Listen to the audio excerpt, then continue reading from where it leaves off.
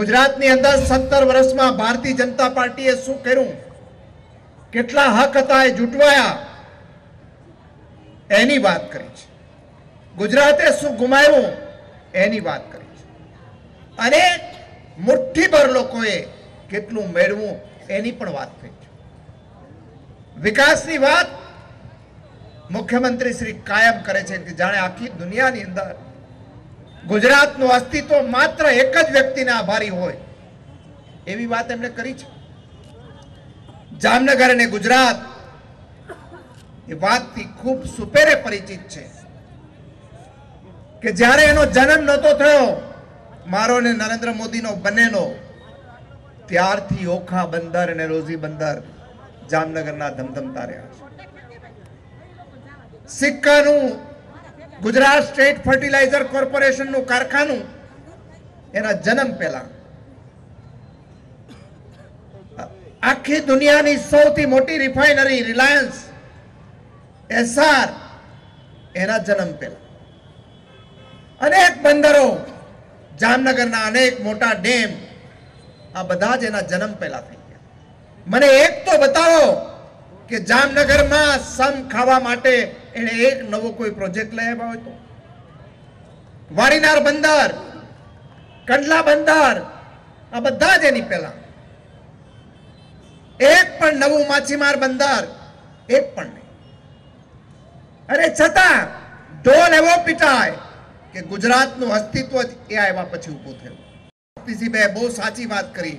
એ આવ્યા પછી સૌથી વધારેમાં વધારે ગુજરાતની અંદર જમીન, ગૌચરની જમીન, જંગલની જમીન, દરિયા કિનારાની જમીન બધું વેચવાનું કામ કર્યું હોય તો આ સરકારે કર્યું છે. રેકોર્ડ બ્રેક આખા હિન્દુસ્તાનની અંદર. અને સૌથી કોઈ વધારો થયો હોય તો એ ભૂંડ ને રોજનો સૌથી વધારે થયો. બહુ વિકાસ થયો.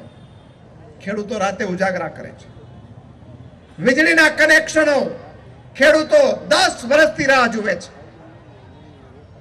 અને 10 લાખ ખેડૂતોને વીજળીના કનેક્શનો આપવાના બાકી. નગરો છે બધા જ એ ખાડાના નગરો, બધી જ જગ્યાએ. નાના ઉદ્યોગો, 57,000 ઉદ્યોગો બંધ થઈ ગયા ગુજરાતની અંદર. શક્તિસિંહભાઈ બહુ સાચી વાત કરી. બ્રાસપાટ ઉદ્યોગ જામનગરનો, બાંધણીનો ઉદ્યોગ, રાજકોટનો એન્જિનિયરિંગ ઉદ્યોગ, મોરબીનો સિરેમિક ઉદ્યોગ, જેતપુરનો સાડીનો ઉદ્યોગ, આ બધા જ જગ્યાએ બંધ થવા માંડ્યા. પણ મોટા ઉદ્યોગપતિઓ જે માગે બધું જ મળે. એક નવી જીઆઈડીસી નહીં, આટલા વર્ષમાં એક જીઆઈડીસી બનાવી નથી. હતી એ બંધ કરવા માટે. માત્ર મોટા ઉદ્યોગપતિઓ બહારથી આવો, જેટલું લૂંટવું હોય એટલું લૂંટી લઈ જાઓ. એક જ રાતની અંદર ટાટા, નીરા નાળિયા એવા 1100 એકર જમીન અને 33,000 કરોડના લાભ લઈને નીકળી ગયા.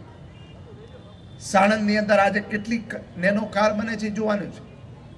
1 રૂપિયાનો ટેક્સ નહીં, 2200 કરોડ રૂપિયાનું મૂડીરોકાણ અને 9,570 કરોડ રૂપિયાની લોન.